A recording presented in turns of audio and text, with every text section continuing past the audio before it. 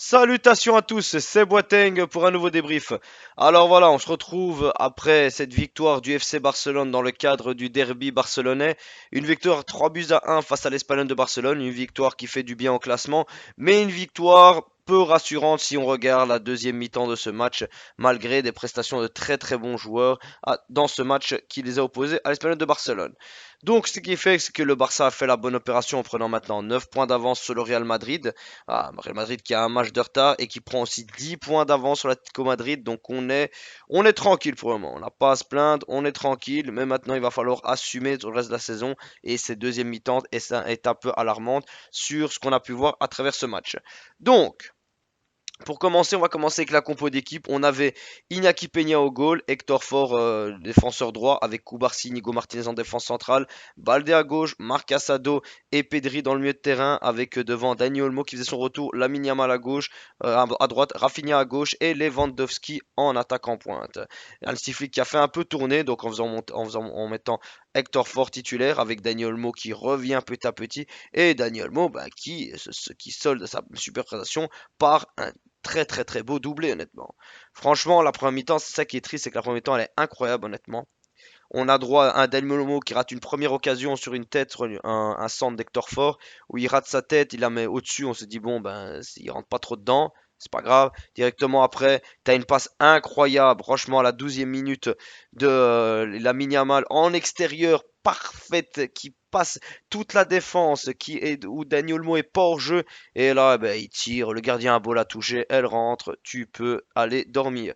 Et puis après directement même pas 11 minutes après, on a Rafinha qui est lancé par Casado sur une incroyable passe encore. Rafinha qui fait encore un petit lob après son lob qu'il avait fait contre le Real Madrid. C'est 2 buts à 0 et Dani Olmo qui va solder le tout sur un 3 buts à 0 à la mi-temps, la 31e minute, sur une incroyable frappe, un peu déviée. Mais voilà, le Barça a fait carton plein cette première mi-temps. Le Barça a montré ce dont il était capable. Et voilà, on a eu aussi un but à la 28e minute qui a été annulé pour l'Espagnol de Barcelone sur un hors-jeu et c'est ça pendant tout le match. Si c'était des hors-jeux franchement très très serrés, la VAR a beaucoup parlé pour nous. Le premier, bah, c'est le pied qui dépasse. Le deuxième, c'est le bras et le haut du corps. Le troisième, ouais, c'est encore la jambe, il me semble. Donc voilà, on a réellement le Lavar qui a été vraiment à notre service, qui nous a été d'une grande utilité, parce que sinon, ben, qui sait, l'Espagne de Barcelone aurait pu revenir. C'était très très technique, hein, ces hors-jeu, vraiment. Mais on a senti comme la fébrilité à travers cette défense. On a senti que bah, Hector Ford n'était pas non plus dans le match plus à l'aise, mais il a besoin de ce genre de match. Moi, j'en veux pas du tout. Il a besoin de ce genre de match. Il a besoin de se péter la figure. Il a besoin de jouer. Il a besoin d'apporter offensivement, de ramasser défensivement. Donc voilà. On a, on a réellement eu un Hector Ford qui n'était pas non plus au top de sa forme, mais il a besoin de ses minutes de jeu. J'aurais aimé aussi, comme je l'ai dit dans mon débrief d'avant-match, que Lamine Yamal puisse respirer. Il n'est pas descendu, à la différence que Rafinha, lui, est descendu pour Ansu Fati. Ansu Fati monte dans les 5 dernières minutes. Mais voilà, à travers sur la seconde mi-temps, ça n'a pas été vraiment incroyable côté Barça. Parce que même quand tu regardes les stats, bah, on est à 14 tirs au lieu que l'Espagnol est à 10 tirs. C'est clair qu'on a 9 tirs cadrés, ils en ont que 3. Mais bon, ça aurait pu être beaucoup plus compliqué. Sur la seconde mi-temps, on n'a pas vu notre vraie solidité défensive. Et ben, bien qu'on ait poussé timidement pendant une demi-heure, ben, moi j'ai estimé que l'Espagnol de Barcelone poussait plus, était beaucoup plus concluant dans le jeu, beaucoup plus présent. Et ça aurait pu se solder par une imaginaire remontada, si je vais dire, une présumée même. Donc voilà, ça a été le Barça a fait le taf. Le Barça a répondu présent, mais cette seconde mi-temps, voilà, moi, elle est assez inquiétante. Et j'avais dit depuis le début, le jour où on tournera de première défaite, où le piège du hors-jeu tombera, il faudra rebondir directement. Le Barça a su prendre les 3 points, c'est le plus important, surtout qu'un derby, c'est jamais facile à jouer. Le référé, dans la grande majorité du match, a fait un très bon arbitrage, honnêtement. Je n'ai pas à me plaindre à ce niveau-là. Mais voilà, je suis content de voir Dani Olmo qui revient directement. On voit tout son apport offensif, honnêtement.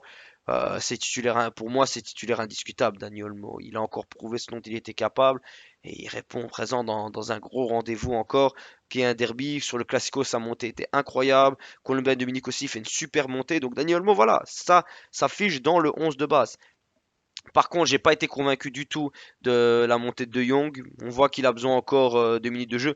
Pedri, que j'ai trouvé assez brouillon sur certaines phases, honnêtement. Il veut pas lâcher la balle facilement, il veut trop faire, toujours faire un peu le geste de trop en restant un peu trop dans l'élégance. On sait que t'es bon, on sait qu'il est bon, c'est pas le problème, mais il devait lâcher un peu plus, franchement, il devait lâcher un peu plus.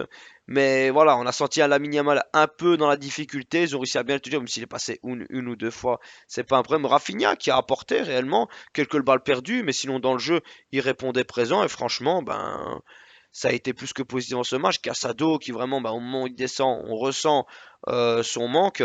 Mais voilà, il fallait le préserver. Je suis d'accord avec les modifications. On verra bien ce qu'Hansi va nous proposer ce mercredi contre Belgrade. Mais bon, il faudra réellement répondre présent à l'extérieur parce que Belgrade, c'est vraiment pas facile à jouer.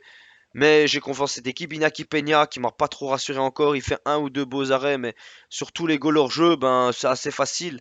Même si on me dira que les joueurs n'étaient pas censés arriver sur ces phases-là. Je veux bien l'accorder, oui, je veux bien être d'accord sur ce point, mais c'est voilà. C'est pas rassurant, c'est vraiment pas rassurant. Inigo Martinez, j'ai trouvé solide. Koubarsi un peu en difficulté. Baldé sur le goal, c'est pour sa poire, honnêtement. Voilà. On a senti le Barça en difficulté. Lewandowski qui n'était pas non plus au top, mais qui apportait au niveau du jeu. Gavi qui monte à la 85e, tout comme Ansu Fati. Ansu Fati qui aurait pu marquer malheureusement un hors-jeu. Fermi Lopez qui vraiment fait une bonne montée aussi. Mais voilà, ce sera pas assez si on veut prétendre à aller plus loin que ce soit en Ligue des Champions, en Liga, tenir le coup. Mais il fallait faire tourner, même si j'estimais qu'il fallait faire tourner un peu Lewandowski et Lamine Yamal. Mais quand tu vois la seconde mi-temps, bah, c'est compliqué de se dire que tu dois renoncer à tes meilleurs joueurs parce que bah, tu risques d'avoir peut-être une remontée qui fait que ce serait très compliqué de garder tes 3 points. Mais bon, on espère que contre Belgrade ça se passera bien, qu'on pourra faire tourner, parce que vous savez à quel point je m'inquiète toujours pour Lamine Yamal qui joue énormément. J'aimerais pas qu'on ait une mauvaise blague, surtout à son âge. Il est dans la fleur de l'âge, mais il faudrait qu'il puisse respirer surtout. Rafinha a respiré donc.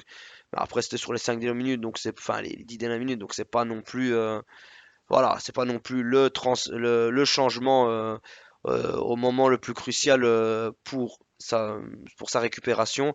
Et dès que Koundé est monté à la place d'Hector Ford, bah, on a vu la différence. On a réellement vu la différence. Euh, il- Surtout qu'au niveau défensif, il est là. Offensivement, il a apporté aussi. Donc voilà, c'est pas non plus alarmant, mais il va falloir. Je pense que Hansi Flick ne devait pas être content du tout de cette seconde mi-temps. Je crois qu'il a dû leur passer un gros savon, honnêtement. Et ça se comprendrait totalement. Donc, bon travail pour les 3 points, mais cette seconde mi-temps, autant pour moi, a vite oublié, vraiment très vite. Il faudra réellement rebondir et répondre présent directement contre Belgrade, les assommer parce qu'on a fait le plus dur sur le 3-0 à la mi-temps, faire pareil contre Belgrade, maintenir le score sur la seconde mi-temps et pourquoi pas continuer à mettre un tarif. Mais voilà, le Barça s'impose. Un derby, c'est jamais facile à jouer. On le gagne, on prend ces 3 points, c'est le plus important. Et on verra bien ce que contre Belgrade ça donnera. Mais il faut prendre ces 3 points absolument. C'est très important, tout comme Brest, et même tu ne crois pas aller chercher Dortmund, et après bah, contre Benfica et Atalanta, surtout Atalanta à domicile tu dois prendre, mais ça sera voilà pour un prochain débat. Mais beaucoup de questionnements sur certains joueurs, mais il faut de la reprise, honnêtement, beaucoup de temps de jeu, et j'aurais aimé peut-être qu'Ansu Fati monte plus tôt, parce que 85e tu lui rends pas réellement service, honnêtement. J'aurais aimé qu'il puisse avoir plus de temps de jeu. Mais bon, petit à petit, on fait confiance à Hansi Flick, c'est pas un problème. Et voilà, on a hâte que beaucoup d'autres joueurs reviennent, que ce soit Christensen et Araujo, pour que la défense puisse respirer. Enfin bref les amis, on se retrouve pour une prochaine vidéo et Visca Barça.